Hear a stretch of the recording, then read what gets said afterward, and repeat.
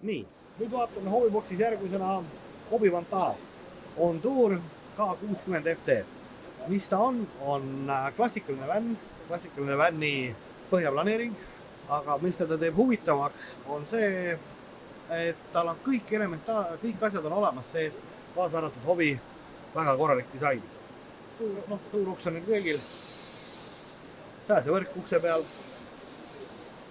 mis on üks väga huvitav asi, mis nüüd on tulnud sellest aastast üldse, on kompressor-külmkapid pannakse nendesse. See on külma ilma, väga sooja ilmaga, mis ta on parem, et ta on rohkem abi, külmkapp on kohe siin otsas.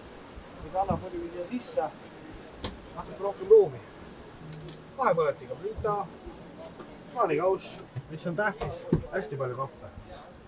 Et selles suhtes kappidesse saab alati asju üle panna. Samamoodi on köögis lahendatud ka, väga suurem osa on sahtlitega. Selline väiksem veinikapp on siin, nagu näha, kitsem, aga mitte kõige hullem, minusugune suur mees mahub ka siin toimetama. Samamoodi duširuumi uks, see ilusti lahti ja siin sees on ka piisavalt ruumi suuremale mehele.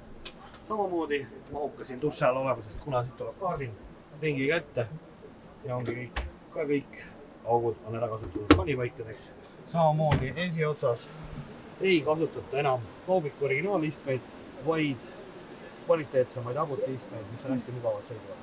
Nii, ja vännidel on siin samamoodi, tagant saab suured uksed lahti teha. Siin on gaasiballoonidele ruumi.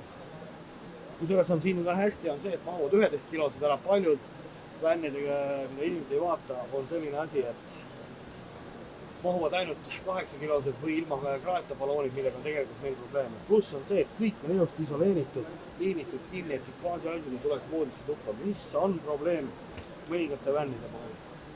Ja kui siia taha tahta rohkem asju, siis saab ka teha niimoodi. Teeme selle siia peale.